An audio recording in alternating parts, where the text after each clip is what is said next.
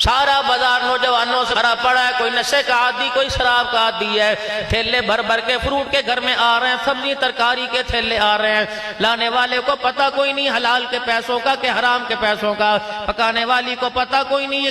یہ میرے ہاتھ کا پکا ہوا کھا کے عبد القادر جیلانی بنے گا یا وقت کا بڑا بدماش بنے گا، پتہ کوئی نہیں میرے ہاتھ کی روٹی کھانے والی رابعہ بصری بنے گی یا وقت کی بد کردار بنے گی۔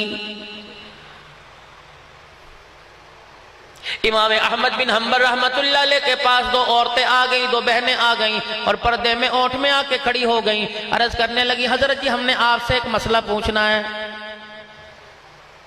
آپ نے فرمایا بی بی پوچھو کیا میرے سے مسئلہ پوچھتی ہو؟ کہنے لگی ہمیں ایک آپ مسئلہ بتلا دیجئے۔ مسئلہ یہ ہے احمد بن حنبل رحمت اللہ علیہ، اللہ اکبر، ہمارا بھائی غریب بڑا سا آدمی ہے، محنت مزدوری کرتا ہے، ہم اپنے بھائی پہ بوجھ نہیں ڈالتی، ہم دو بہنیں گھر کے اندر بیٹھی ہیں، اے اللہ والے ہمارا بھائی جو دال ساگ لے کے آتا ہے گزارا نہیں ہوتا، ہم اپنے بھائی سے دھاگا کپاس روئی منگوا لیتی ہیں، چرخی چلا کے اس کا سود کاٹتی ہیں، اے اللہ والے رات کے اندھیرے میں جب چرخی چلتی ہے ہمارے گھر کے چراغ کے اندر وہ تیل کوئی نہیں ہوتا، اے اللہ والے چراغ کی روشنی حاصل کرنے کے لیے ہم اپنے مکان کی چھت کے اوپر چڑھ جاتی ہیں، ساتھ والا محلے والا، ساتھ والا جو مکان والا ہے یہ امیر آدمی ہے، اس کے گھر کے اندر کہیں کہیں دیے کہیں کہیں چراغ جلتے ہیں، اس کے گھر کی اس کے چراغوں کی روشنی ہمارے چھت کی منڈیر پہ پڑتی ہے، ہم وہاں بیٹھ کے چرخہ کاٹتی ہیں، اللہ اکبر سود بناتی ہیں، پھر ہم کپاس دھاگے کا سود بناتی ہیں، اے اللہ والے اسے بازار میں فروخت کر کے اپنا گزارا کرتی ہیں۔ بتا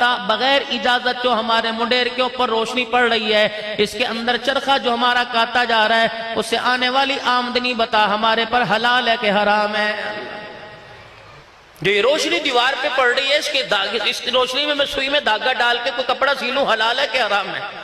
احمد بن حنبل کی چیخ نکل گئی، دھاڑ مار کے کھڑے ہو گئے کہ اللہ والی مسئلہ میں تمہیں بعد میں بتاؤں گا، پہلے بتاؤ تمہارا بھائی کون ہے؟ اگر اتنا اللہ اکبر اتنی بزرگی والی، اتنی تقوی والی، اتنی پاکیزگی، اتنی نفاست والی، حلال جاننے والی اتنی عظیم بہن، تمہارا بھائی کتنا عظیم ہوگا؟ اللہ اکبر رو کے کہنے لگی تجھے کیا بتائیں، ہمارا بھائی وقت کا بشر حافی رحمت اللہ علیہ ہے۔ میں دسمبر کے مہینے میں ان کی قبر پہ بشر حافی رحمت اللہ علیہ کی قبر پہ میرے عزیز و حاضر ہوا، بغداد شہر کے اندر، یقین جانو اتنا سکون مل رہا تھا حضرت کی قبر کے پاس جیسے بیٹا ماں کی گود کے اندر آ گیا ہو۔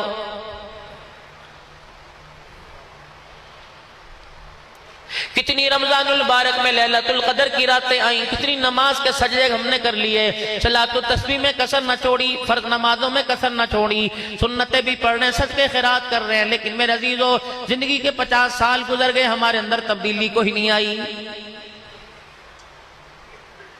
اگر 12 سال کی عمر میں داڑھی کٹی تھی تو 70 سال ہو گئے، اسرا چل رہا ہے، یہ تو مالک کائنات کی مہربانی مانگو۔ اگر تم ایک مرتبہ اس